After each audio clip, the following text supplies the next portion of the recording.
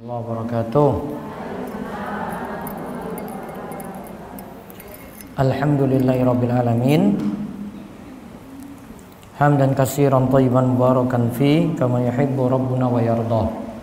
Wa asyhadu an la ilaha illallah wahdahu la syarikalah wa asyhadu anna Muhammadan abduhu wa rasuluh. Allahumma shalli ala nabiyyina Muhammad wa ala alihi wa man tabi'ahum bi ihsan ila yaumiddin. Allahumma inna nas'aluka ilman nafi'a wa rizqan thayyiba wa amalan mutaqabbala. Puji syukur kita panjatkan pada Allah. Selawat dan salam semoga tercurah pada Nabi besar kita Muhammad sallallahu alaihi wasallam. Baik,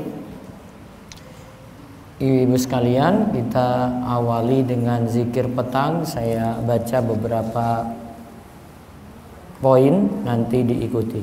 Dari nomor 9. Bismillahilladzi la yadurru ma'asmihi syai'un fil ardi wala fis sama'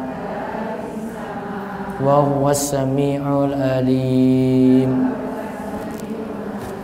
Bismillahilladzi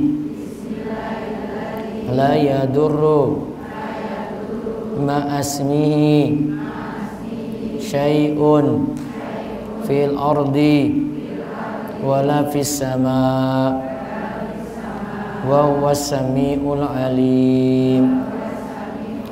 Bismillahilladzi la yadurru ma'asmihi syai'un fil ardi wala fis sama' wa huwas sami'ul alim. Raditu billahi rabba wa bil islami dina wa bi Muhammadin sallallahu alaihi wasallama nabiyya. Raditu billahi rabba wa bil islami dina wa bi Muhammadin sallallahu alaihi wasallama nabiyya. Raditu billahi rabba wa bil islami dina wa bi Muhammadin sallallahu alaihi wasallama nabiyya. Ya hayyu ya qayyum bi rahmatika astaghis wa aslih li sya'ni kullahu wa la takilni ila nafsi tarfata ainin abadan. Baik. A'udzu bi kalimatillahi tammati min syarri ma khalaqa. A'udzu bi kalimatillahi tammati min syarri ma khalaqa. A'udzu bi kalimatillahi tammati min syarri ma khalaq. Baik, sekarang 50 doa.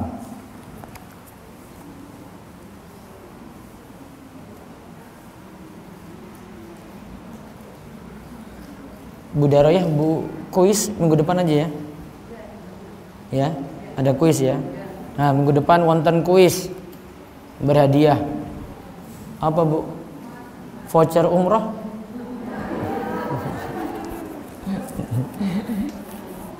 Enak banget the voucher umroh. Nomor berapa terakhir? 10, 11 kayaknya ya. Saya berhenti sampai 11 kemarin. Saya tunggu suruh hafal 11 dulu ya. Sekarang coba ulang 10 11 dulu ya. Baru nanti kita tambah 12 hari ini. Doa minta ilmu, rizki yang halal dan amal yang diterima. Allahumma inni as'aluka ilman nafi'a wa rizqan thayyiba wa amalan mutaqabbala. Sekarang nomor 11 yang panjang.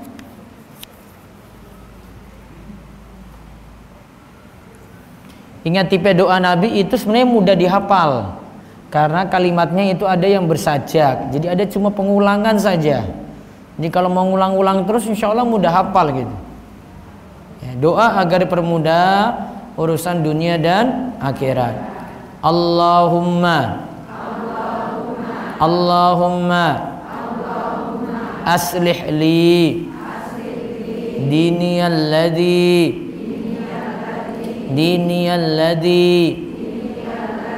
huwa ismatu amri wa aslih li dunyaya allati fiha ma'ashi wa aslih li akhirati allati fiha ma'adi waj'alil hayata ziyadatan li fi kulli khairin waj'alil mauta rahatan li min kulli syarrin. Sekarang nomor 12. Doa minta kesehatan dan kelapangan rezeki. Allahumma gfirli warhamni wahdini wa'afini warzuqni. Allahumma gfirli warhamni wahdini wa'afini warzuqni. Allahumma gfirli warhamni wahdini wa'afini warzuqni. Ikuti artinya. Ya Allah, ampunilah aku, kasihanilah aku, berilah petunjuk kepadaku, selamatkanlah aku dari berbagai penyakit, dan berikanlah rizki kepadaku. Baik, cukup hafal, besok dites.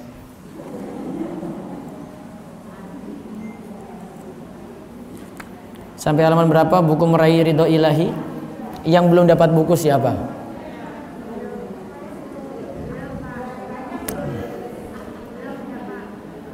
Minggu depan. Lali aku. Tak kira wes cukup.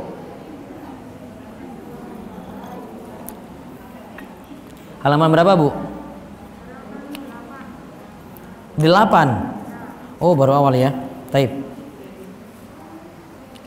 Kita pelajari sekarang bagaimana cara agar ikhlas, dan ada yang tidak termasuk riya. Ingat ya, lawan ikhlas itu riya. Lawan ikhlas itu apa? Riya. Halaman 8. Bagaimana cara agar ikhlas? Pertama,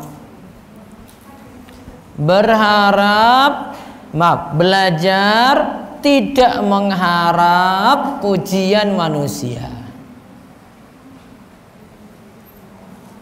Berarti yang diharap harusnya ridho Allah. Termasuk ridho Allah itu bentuk pahala, ganjaran, balasan yang Allah janjikan.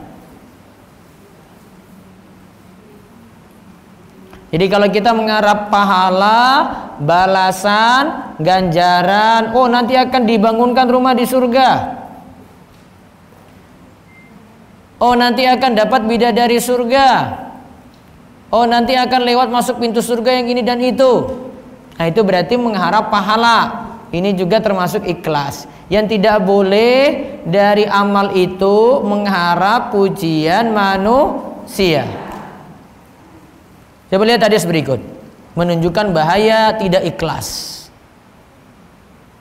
Dari Abu Sa'id Al-Khudri radhiyallahu anhu, ia berkata, Rasulullah sallallahu alaihi wasallam pernah keluar menemui kami dan kami sedang mengingatkan akan bahaya Dajjal, Al-Masih Ad-Dajjal. Saya pernah bahas Dajjal ya.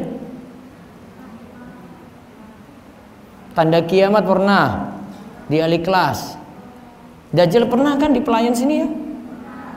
Pernah toh, ada bukunya Ji? Ya. Ini mereka lagi bincang-bincang tentang bahaya Dajjal. Dajjal bahaya banget. Dajjal itu tetap manusia, tetapi ya matanya buta sebelah, bisa melakukan perkara-perkara, menciptakan sesuatu dengan izin Allah tentunya, bisa menghidupkan tanaman, bisa menurunkan hujan, sehingga orang-orang mengira Dajjal ini adalah Tuhan. Makanya fitnahnya, godaannya begitu besar. Nah, lantas beliau bersabda, maukah aku kabarkan kepada kalian apa yang lebih samar bagi kalian menurutku dibanding dari fitnah Al-Masih Ad-Dajjal? Masih ada enggak yang lebih parah daripada fitnah Al-Masih Ad-Dajjal? Kemudian para sahabat berujar, iya. Kata Abu Sa'id Al-Khudri, beliau pun bersabda, asyirkul khafi. Ayyakumar rajulu yusalli fayuzayyinu salatahu lima yara min nadhari rajulin. Syirik khafi, syirik yang samar, di mana seseorang itu sholat lalu ia perbagus sholatnya agar dilihat orang lain. Berarti sholatnya ingin cari pujian. Namanya syirik khafi, syirik yang samar bu. Kenapa yang samar? Karena orang yang berbuat riya tidak ada yang tahu kecuali dirinya. Yang lain cuma melihat, wah itu sholatnya bagusnya luar biasa, masya Allah, bacaannya bagus sekali. Orang-orang cuma tahu seperti itu. Padahal niatannya rusak loh itu. Ya, padahal niatannya apa? Rusak. Nah, berbuat riya atau pamer amalan benar-benar tidak akan dipedulikan oleh Allah. Dalam hadis disebutkan, Allah berfirman, ana agna syuraka ani syirki man amila amalan asyraka fihi ma'i ghairi taraktuhu wa syirkahu. Aku sama sekali tidak butuh pada sekutu dalam perbuatan syirik. Barang siapa menyekutukanku dengan selainku, maka aku akan meninggalkannya. Artinya tidak menerima amalan tadi dan perbuatan syiriknya. Dua hal ya, coba lihat. Orang kalau sedekah, dia itu niatannya tidak ikhlas, dua kerusakan bu. Pertama, amal tadi, amal sedekahnya tidak diterima.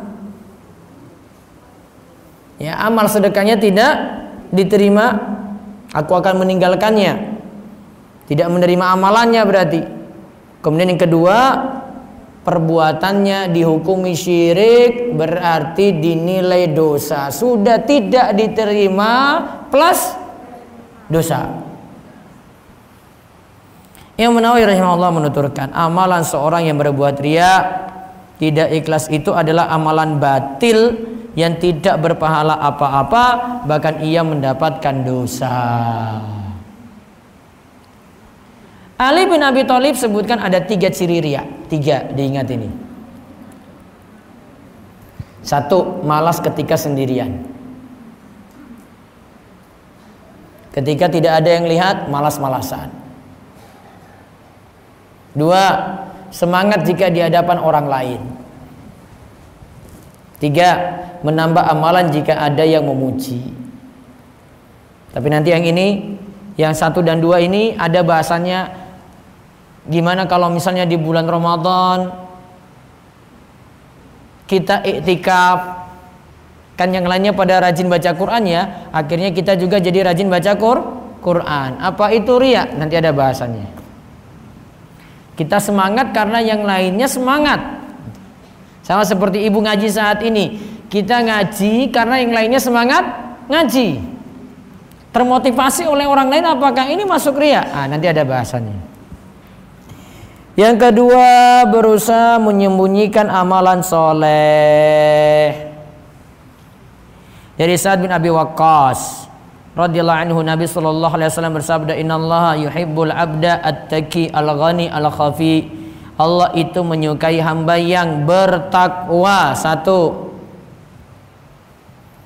hamba yang hatinya selalu merasa cukup. 2, dan yang suka mengasingkan diri. Artinya amalnya tidak banyak dipamerkan, amalannya disembunyikan. Paham Bu? Mendingan sembunyi-sembunyi amal tadi, seperti yang kemarin yang saya sebut ya. Si Zainal Abidin sedekah diam-diam kan?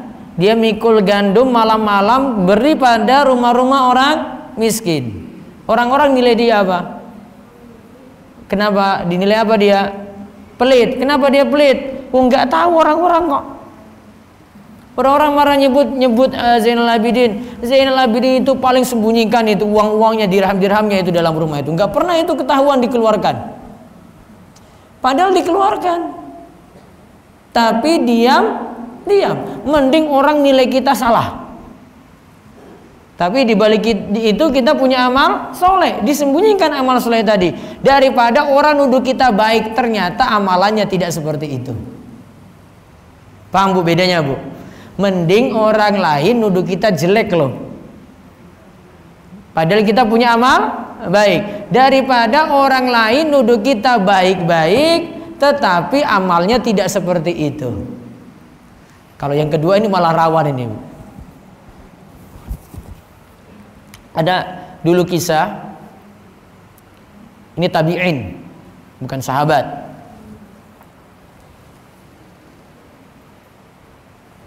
Ada yang namanya Husain dengan Sa'ad gitu. Dua orang ini saling berdialog nih. Saling dialog. Nanya, siapa yang semalam itu lihat bintang itu jatuh? Siapa yang lihat itu bintang jatuh semalam? Kemudian ada yang berujar, saya. Terus yang jawab ini dia bilang, namun saya tidak bangun sholat malam. Saya itu terkena sengatan binatang sehingga saya minta untuk diruqyah. Ingat ya kalimatnya, minta diruqyah. Berarti minta diruqyah boleh. Yang penting tawakal penuh kepada Allah. Coba lihat kalimat dia susun kalimat ini rapi nih. Dia bilang, saya semalam bangun, namun dia lanjutkan apa? Namun saya tidak sholat malam Tetapi apa? Saya kena sengatan binatang sehingga saya minta di ruqyah. Ada kalimat yang ibu-ibu lihat aneh nggak di sini? Dia bilang apa tadi, Bu? Saya bangun malam, saya tidak sholat malam. Sekarang, apa pentingnya kalimat ini disebutkan? Harusnya kan gak usah bilang kan? Sudahlah, biarin aja orang mau nilai gimana gitu loh. Namun dia sebutkan ini supaya orang lain tidak nuduh dia baik padahal dia tidak lakukan. Kan kalau dia kalimatnya, saya semalam itu bangun loh. Wes, perasaan ibu sudah gimana? Masya Allah, wah jam 3 tangi loh. Oh berarti bangun sholat malam dia. Padahal enggak, cuma pergi ke toilet terus balik lagi kamar tidur terus tidur lagi. Akhirnya orang nuduh baik padahal tidak dia lakukan kan? Itu lebih bahaya. Yang dia lakukan apa tadi? Dia jawab, saya tidak sholat malam biar tidak dicurigai baik padahal tidak lakukan itu. Ya. Dan ini tanda orang itu tawadhu. Tawadhu itu apa, Bu? Tawadhu itu apa? Tidak sombong. Kamu gak usah bilang-bilang saya kayak gitu, saya ini biasa saja gitu. Nah, itu tawadhu namanya. Kalau orang sombong gimana? Orang sombong gimana? Sudah keluarkan sedekah, wah kui wis biasa kui, saya masih bisa lebih. Wah sombong. Kalau tawadhu dia, itu nggak apa-apa, nggak ada apa-apa, itu saya cuma punya segitu gitu. Dia rendahkan dirinya. Maka kalau ada yang memuji, kiat yang paling penting, Bu, biar tidak termakan dengan pujian tadi, biar tidak jadi sombong, dikonter itu, dilawan. Lawannya gimana? Wes itu biasa saja kok, saya enggak ini, masih banyak yang lebih. Jadi jangan ibu malah diamin aja. Ya ngono. Ya memang gitu. Naik tambah sombong itu. Rusak amal itu, jadi ujub. Rendahkan diri langsung itu. Ya. Jangan malah ditambah-tambahin lagi. Nah ini ya. Jadi pelajaran tadi dari kisah tadi, ada amal yang tidak kita lakukan, jangan disebut-sebut. Ya. Juga untuk membalas orang kalau mereka menuduh kita baik-baik padahal kita tidak lakukan, balas itu. Saya tidak sholat malam, saya cuma bangun aja. Biar orang nggak nuduh kita baik. Sholat malam berarti enggak, saya nggak sholat malam. Gitu. Terus yang dimaksud dengan al-khafi, tadi kan ada kalimat al-khafi, al-khamil, al-munqati' ilal ibadah wal ishtighal bi umuri nafsihi, tidak terkenal, tidak masyhur, terasing untuk menyibukkan diri dalam ibadah dan mengurus dirinya sendiri. Berarti dia senang ibadahnya tidak ditampakkan. Bu, ini berarti bukan jadi orang yang introvert, yaitu ingin mengucilkan diri, Bu.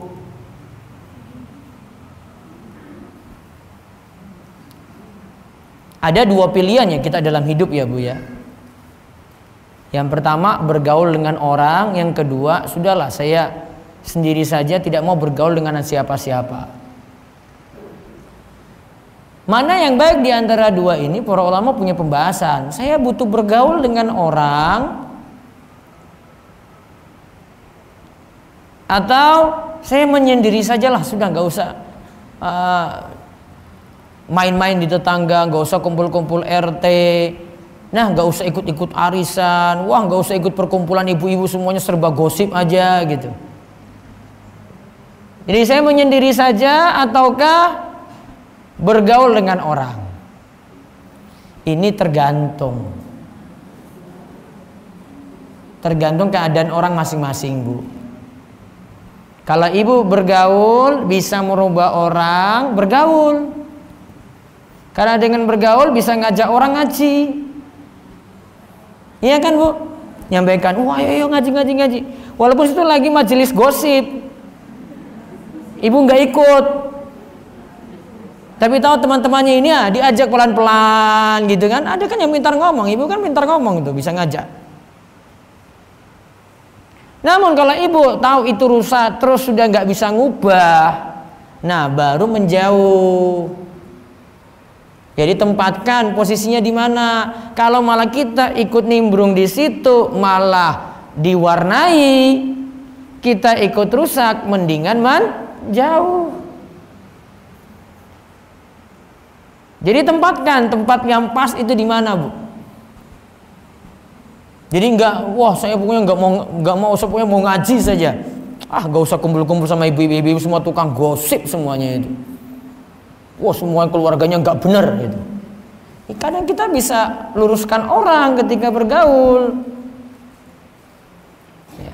Tempatkan diri sih ya. Bagaimana kita bisa menempatkan diri, bisa mewarnai ataukah diwarnai? Di mana kita? Kalau kita posisinya bisa mewarnai, ya sudah gabung di situ. Namun kalau kita malah diwarnai terus, ya sudah nggak usah ikut-ikut gabung. Gitu solusinya. Terus di bawahnya lagi. Berarti termasuk di antara hamba yang dicintai oleh Allah adalah yang menyembunyikan amalan soleh. Amalannya disembunyikan dan itu tanda ikhlas ya. Kemarin saya contohkan apa? Ada sedekah, ada puasa sunnah kan? Puasa sunnah.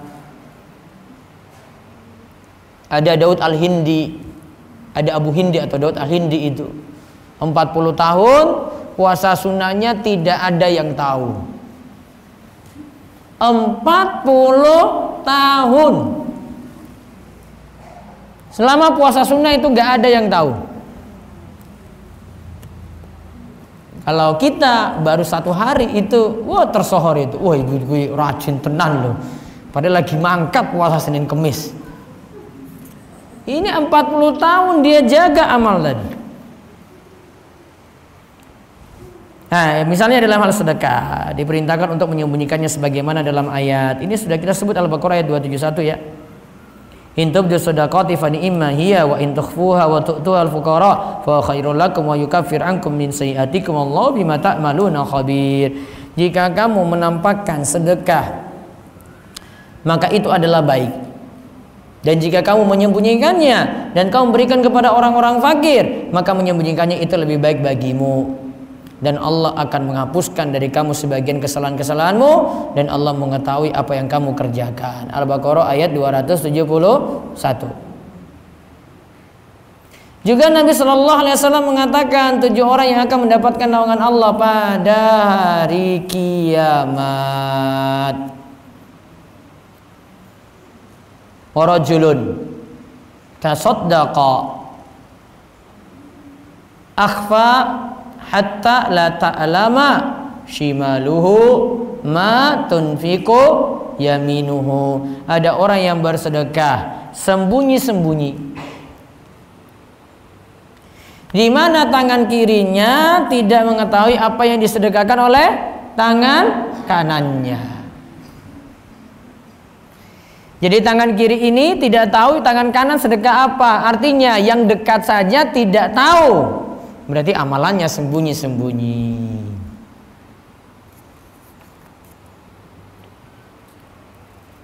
Terus yang ketiga, tanda ikhlas lagi, Bu. Berarti lawannya ya. Kalau disebut tanda ikhlas berarti lawannya tanda riya.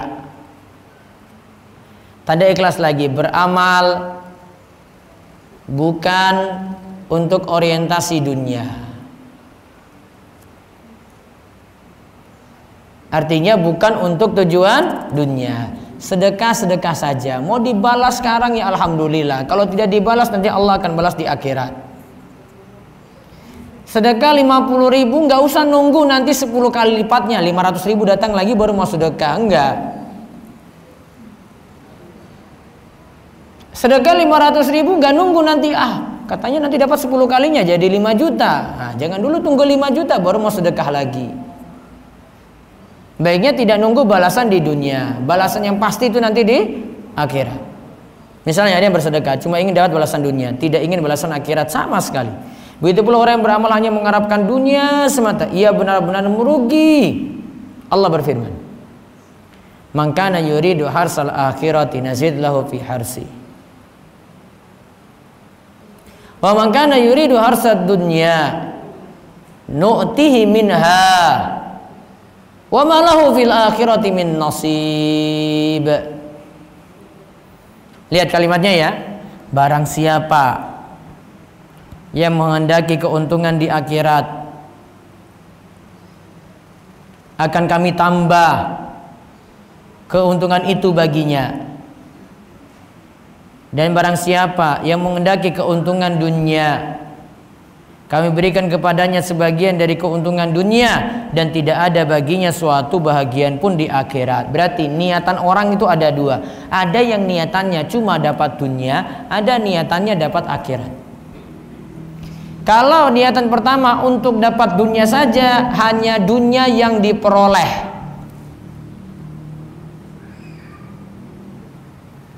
Ibu sedekah cuma ingin sehat saja, Bu, berarti cuma sehat saja yang didapat.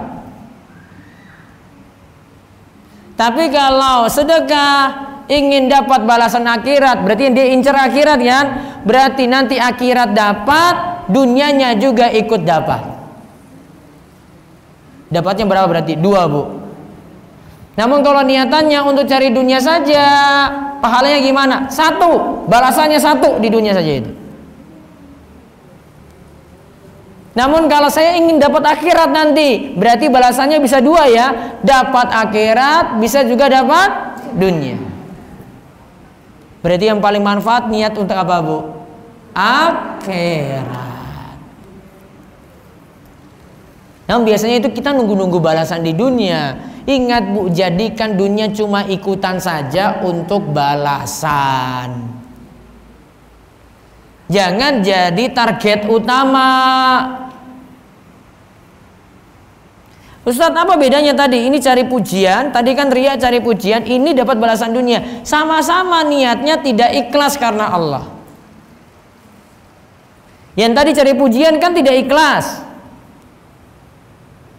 Kemudian cari dunia, ikhlas gak?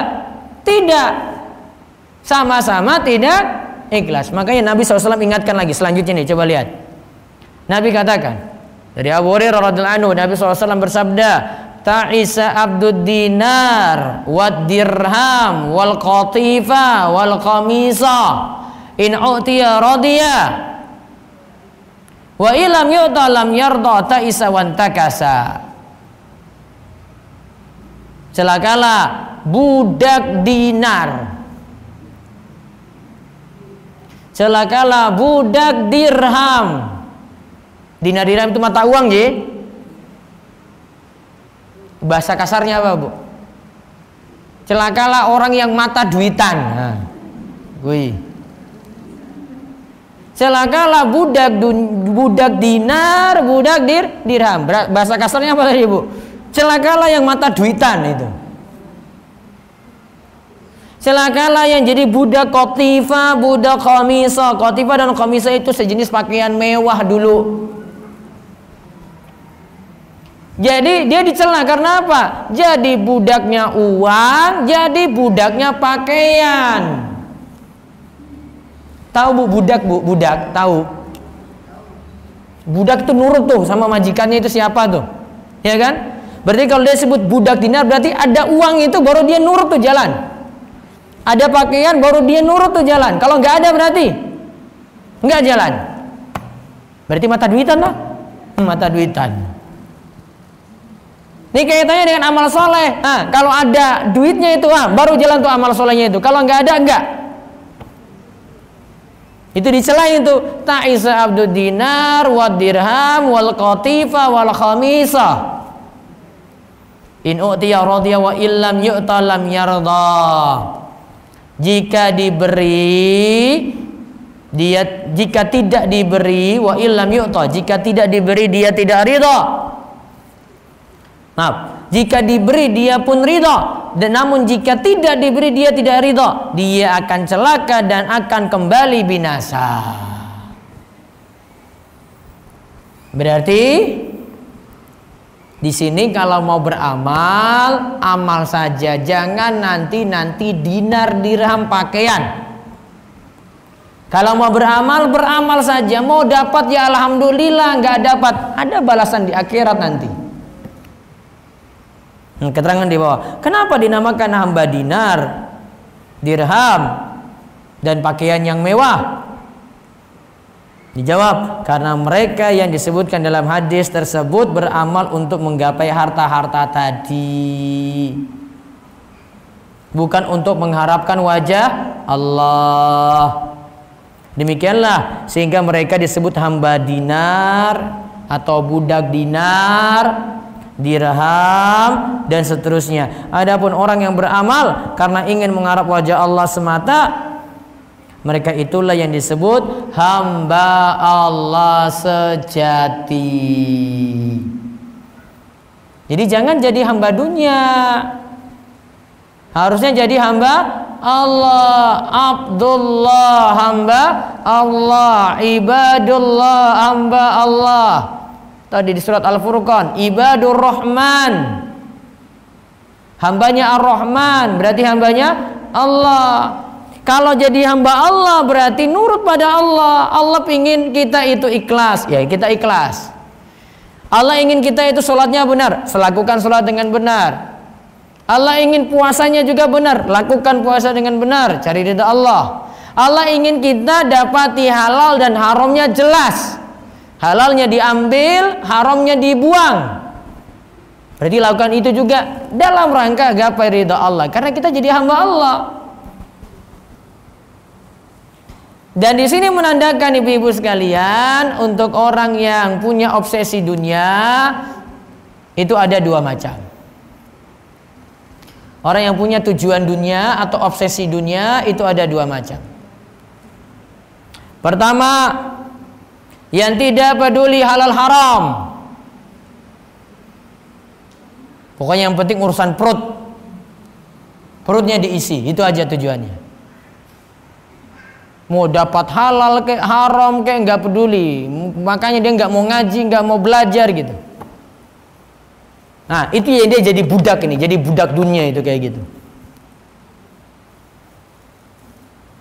Jadi halal haram nggak mau pelajari, nggak mau ambil peduli itu. Kemudian yang kedua, yang punya obsesi dunia ini, keadaan yang kedua adalah orang yang kurang ilmu.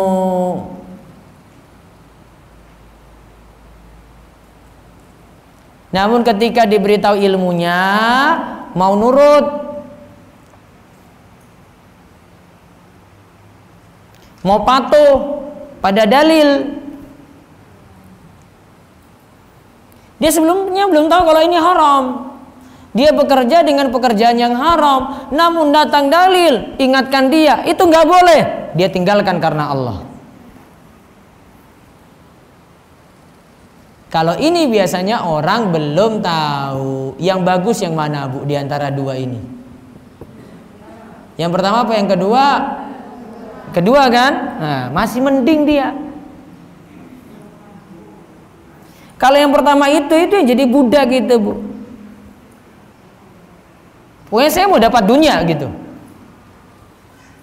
Mau zolimi orang, mau rampas harta orang, mau nipu orang, nggak peduli dia. Mau korupsi, wah nggak peduli. Pokoknya perut, urusan perut itu.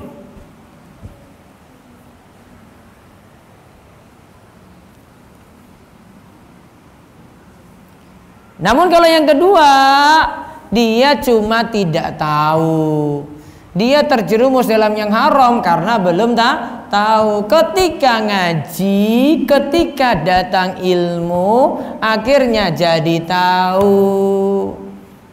Mudah-mudahan posisi kita cuma yang kedua, jangan yang pertama. Celaka itu kalau pertama itu. Sudah didoakan Nabi loh, Ta'isa, celaka loh, itu doa Nabi. Itu Nabi doakan celaka itu. Apa doa Nabi nggak terkabul? Terkabul itu celaka itu kamu jadi budak gitu. Budak dunia tadi. Mending jadi yang kedua kan? Tidak tahu karena belum belajar. Ya?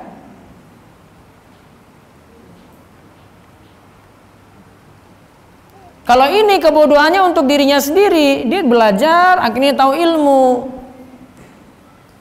Tapi nanti ada orang yang rusak lagi yang disebut ruwaibidah. Ruwaibidah itu gimana? Orang sok tahu, terus nyebarkan ke orang banyak. Ah, kui orang masalah. Ini dalilnya gini. Padahal dia bukan bidangnya. Dia bicara saja gitu asal ngomong. Nah ini jadi masalah lagi. Kalau ini disebut oleh Nabi SAW ruwaibidah, nanti akan datang di akhir zaman orang-orang yang disebut ruwaibidah. Orang yang asal bicara padahal dia bukan keahliannya di situ. Dia bicara halal haram padahal dia nggak tahu tentang masalah hukum halal haram tadi. Nggak boleh. Jadi paham ya keadaan ini tadi ya, orang yang punya obsesi dunia dua tadi ya. Yang pertama yang jadi budak dunia, tidak peduli halal dan haram. Yang kedua apa? Belum tahu halal haram. Solusi yang pertama ini agak berat loh Bu itu, kalau sudah jadi budak itu loh Bu.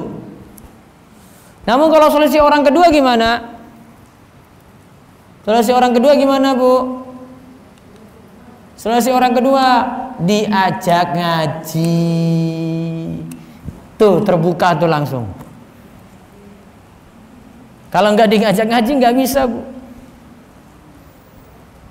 Ya.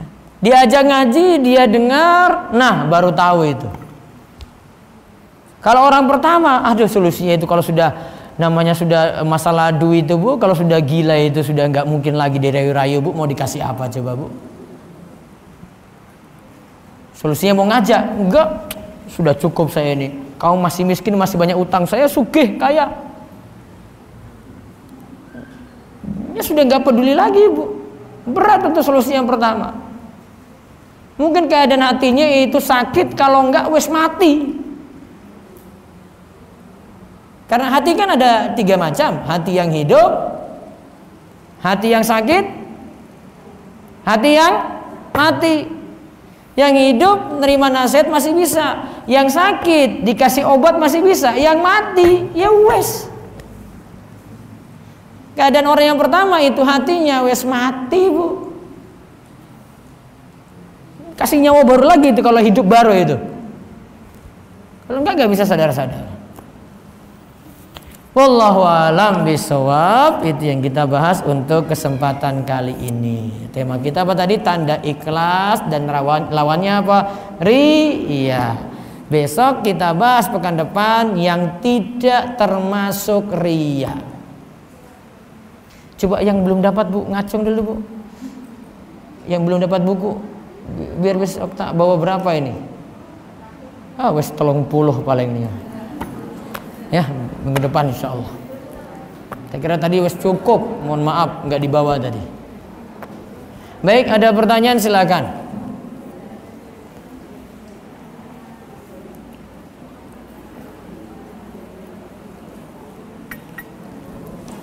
Wonten pertanyaan monggo.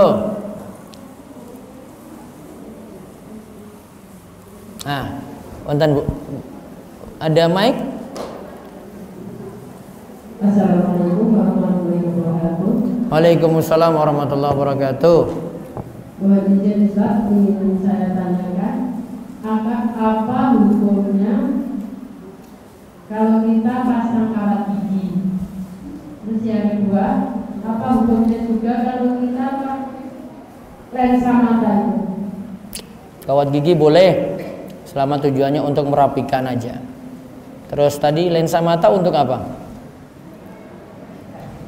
Kan ada yang sok pingin rapikan. Nah, kalau sok pingin nggak boleh.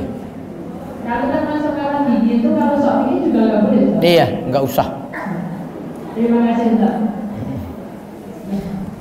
Ini saya punya buku namanya Perhiasan Wanita ini. Ini bulan depan ini baru cetaknya jadi ini nanti. Nah itu pembahasan itu banyak di sini. Ada lagi.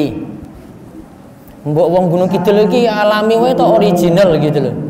Nah, terus kalau yang tadi nomor 1 itu menjadi budak dunia, namun mereka itu tidak sadar. Terus gimana Ustaz? Kalau dikasih tahu karena merasa sudah benar, terus jalannya bagaimana? Itu soalnya juga gimana ya, sekampung berarti. Tapi kalau mau ngasih tahu, mendidikan kok tahu gitu. Jadi proses untuk mengingatkan dia atau bagaimana dia sendiri merasa tidak jadi budak dunia. Memang zamannya kayak gini, mau apa lagi? Dan seperti menghadapi orang seperti itu di sekitar kita, bagaimana? Dekati dengan majelis ilmu. Jadi buat majelis ilmu di tempat masing-masing, itu akan lebih menyadarkan yang masih jadi budak dunia. Pelan-pelan seperti itu insya Allah akan berubah. Ada lagi?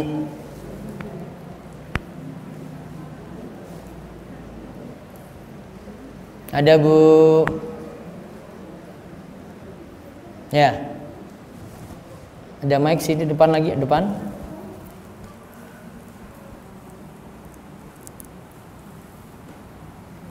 Mic di depan. Ke depan ya.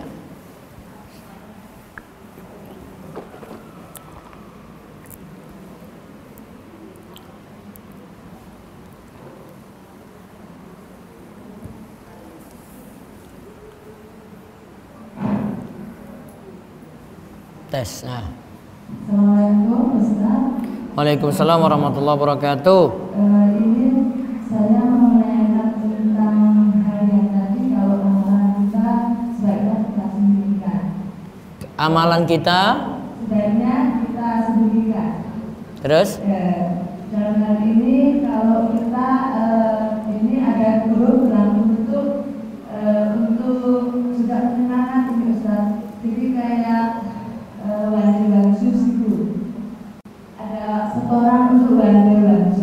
Jadi sehari kita umpamanya kita udah baca terus kita setorkan. Jadi satu grup jadi tahu semua itu gimana Ustaz, hukumnya gimana? Itu lebih baik tidak ikut lagi atau gimana Ustaz? Terima kasih. kemungkinannya cuma dua. Yang pertama motivasi, yang kedua pamer. Dan itu bedanya tipis sekali. Betty Bu, beda tipis. Selama ini itu memang kalau kita udah ikut itu Ustaz, kita itu jadi kalau umpama belum itu rasanya kepingin memang terus langsung gitu. Jadi untuk kalau kita untuk semangat, tapi menurut Ustaz itu lebih baik gimana gitu kita ya. Terima kasih. Dulu saya pernah mengkritik amaliyah tadi. Dulu sudah lama tulisan saya. Setelah itu saya dibully habis gitu. Saya sarankan ya pertama membaca sesuai dengan kemampuan. Kemudian yang kedua, lebih bagus itu bukan sekadar membaca namun memahami gitu. Itu lebih punya makna di situ. Maka saya lebih sering ngajarkan tafsir juz amma, surat-surat pendek gitu. Karena langsung kena. Jadi dia pelajari Al-Ikhlas, Al-Falaq, An-Nas. Itu kan amalia dia sehari-hari yang dibaca gitu. Dia pahami, bisa diamalkan. Itu lebih membekas. Dan kalau mau diganti malah saran saya one day one ayah. Satu hari satu ayat, ya satu ayat yang dipahami itu lebih manjur, itu lebih luar biasa. Kalau mau bisa ganti dengan juga hafalan. Ya, hafalan lebih lagi bisa dipakai terus. Ya. Dan perlu dipahami membaca yang jadi rutinitas ulama sampai satu hari mereka satu juz atau mungkin satu hari bisa ada yang hatam gitu. Itu bagi yang jadi penghafal Quran karena mereka butuh untuk murojaah. Seperti Imam Syafi'i satu hari itu bisa di bulan Ramadan dia baca 60 juz. Maaf, satu bulan itu dia 60 kali hatam. Berarti satu hari itu 2 kali hatam. Imam Syafi'i bukan kayak kita masih baca putus-putus, wong dia hafal kok. Dia tinggal ngulang saja. Satu bulan 60 kali hatam. Ya memang karena dia hafal Quran. Satu hari bisa 1 kali hatam, dia hatamkan. Keadaannya berbeda. Sehingga kalau mau dapat makna, bisa ubah dengan aktivitas memahami atau menghafalkan. Kalau menghafalkan itu lebih membekas ya, daripada sekadar membaca. Wallahu a'lam. Ada lagi?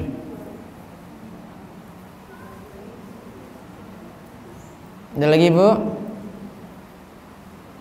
Cukup? Berarti tugasnya minggu depan hafalkan doa-doa. Nih, nanti ada kuis hadiahnya di depan nih, saya taruh buku-buku nanti insyaallah.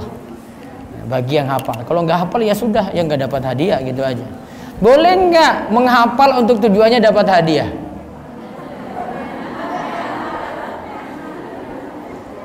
Boleh nggak ibu-ibu? Boleh untuk motivasi. Kalau untuk motivasi diri boleh. Namun tetap niatannya ikhlas. Ya kalau nggak dapat ya sudah gitu, nggak usah sedih. Ya berarti sudah termotivasi menghafal. Baik, demikian kita cukupkan. Insya Allah kita ketemu lagi pada Sabtu depan dan Selasa ketiga besok wonten pengawasan bagi ibu yang pagi nganggur jam 9 sampai jam 10 di Masjid Al-Azhar Karangreje, jam 9 sampai jam 10 bahasan hadis arba'in dan matan Abu Syuja. Demikian kita tutup dengan doa kafaratul majlis. Monggo. Subhanakallahumma wa bihamdika asyhadu an la ilaha illa anta astaghfiruka wa atubu ilaik. Assalamualaikum warahmatullahi wabarakatuh.